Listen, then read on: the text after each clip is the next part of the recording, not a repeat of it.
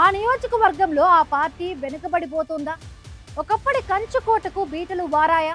ఆ నియోజకవర్గాన్ని వేరే పార్టీలు ఆక్రమించుకుంటున్నాయా? ఎక్కడుంది లోపం? అసలు ఈ పరిస్థితి రావడానికి కారణం నాయకత్వ లోపమా లేక సహచర నేతల సహాయ నిరాకరణ? ఇంతకీ ఏంటా పార్టీ, ఏంటా నియోజకవర్గం? ఈ స్టోరీలో చూద్దాం.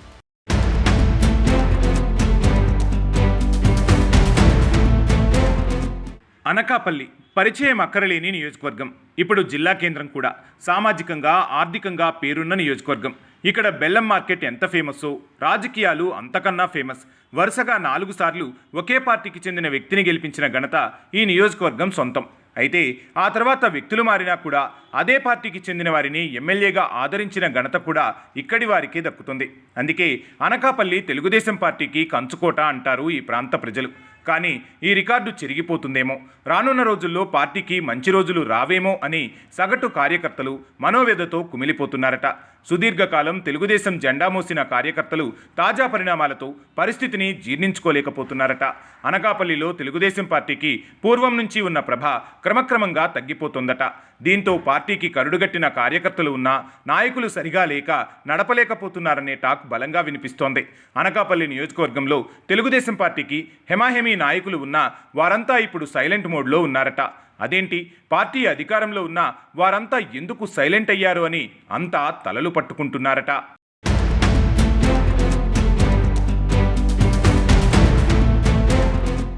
ఇక అసలు విషయానికి వస్తే కర్ణుడి చావుకి 1,00,000 కారణాలు అన్న నానుడిలాగే అనకాపల్లిలో ప్రస్తుత తెలుగుదేశం పార్టీకి కూడా ఇలాంటి కారణాలే ఉన్నాయంటున్నారు పొలిటికల్ అనలిస్టులు. అనకాపల్లి తెలుగుదేశం పార్టీలో అంతా సీనియర్ నాయకులే. ఒకరి మాట ఒకరు వినరు, ఒకరిచ్చిన సలహా ఇంకొకరు పాటించరు. ఎవరికి వారే యమునా తీరే అన్న చందంగా సీనియర్ నాయకులు తయారయ్యారట. దీంతో అనకాపల్లి తెలుగుదేశం పార్టీలో 3 ముక్కలాట కొనసాగుతుందని టాక్ వినిపిస్తోంది. అనకాపల్లిలో వరుసగా 4 సార్లు ఎమ్మెల్యేగా చేసిన దాడి వీరభద్రరావు తరువాత పార్టీలు మారి తిరిగి సొంత గూటికి చేరారు.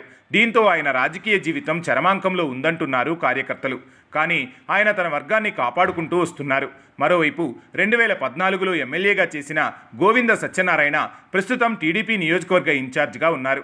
ఈయన తన వర్గాన్ని కాపాడుకోవడానికే ప్రాధాన్యత ఇస్తున్నారు.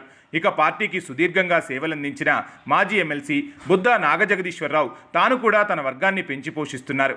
దీంతో అనకాపల్లి తెలుగుదేశం పార్టీలో 3 ముక్కలాట జోరుగా సాగుతుందంటున్నారు విశ్లేషకులు.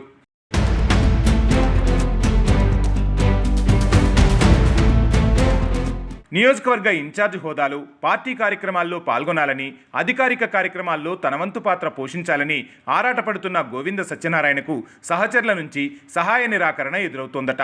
దీంతో తరచూ ప్రోటోకాల్ వివాదం తెరపైకి రావడం, పీలా తన అసహనాన్ని వ్యక్తం చేయడం సాధారణంగా మారిందట. ఇదే సమయంలో పార్టీని ఏకతాటిపైకి తేవాలని చేస్తున్న ప్రయత్నాలకు వర్గపోరు అడ్డంకిగా మారుతోందట. ఇక దాడి వర్గం, బుద్ధా నాగజగదీష్ వర్గంగా కార్యకర్తలు విడిపోయారు. ఈ వర్గపోరు కారణంగా ఇటీవల నియోజకవర్గంలో నిర్వహించిన సర్ అవగాహన కార్యక్రమానికి తెలుగుదేశం పార్టీ తరపున బూత్ లెవెల్ ఏజెంట్లు హాజరు కాలేదు.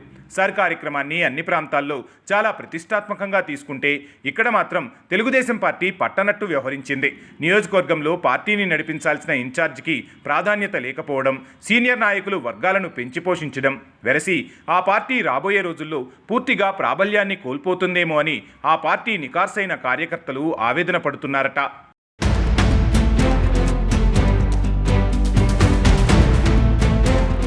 సందట్లో సడేమియా అన్నట్లు తెలుగుదేశం పార్టీ పరిస్థితిని తమకు అనుకూలంగా మార్చుకుంటున్నాయట కూటమిలోని బీజేపీ, జనసేన పార్టీలు. ప్రస్తుత అనకాపల్లి ఎమ్మెల్యే జనసేనకు చెందిన కొనతాల రామకృష్ణ కూడా సీనియర్ నాయకుడే కాబట్టి ఆయనకంటూ ప్రత్యేక వర్గం అనకాపల్లిలో ఉంది. దీంతో అక్కడి పరిస్థితికి తగ్గట్టుగా తెలుగుదేశం పార్టీ కార్యకర్తలను పక్కన పెడుతున్నారనే టాక్ వినిపిస్తోంది. ఇక BJP MP CM Ramesh parliament నియోజకవర్గంలో తనదైన ముద్ర వేస్తున్నారు. మరి అనకాపల్లి తెలుగుదేశం పార్టీకి మంచి రోజులు వస్తాయా?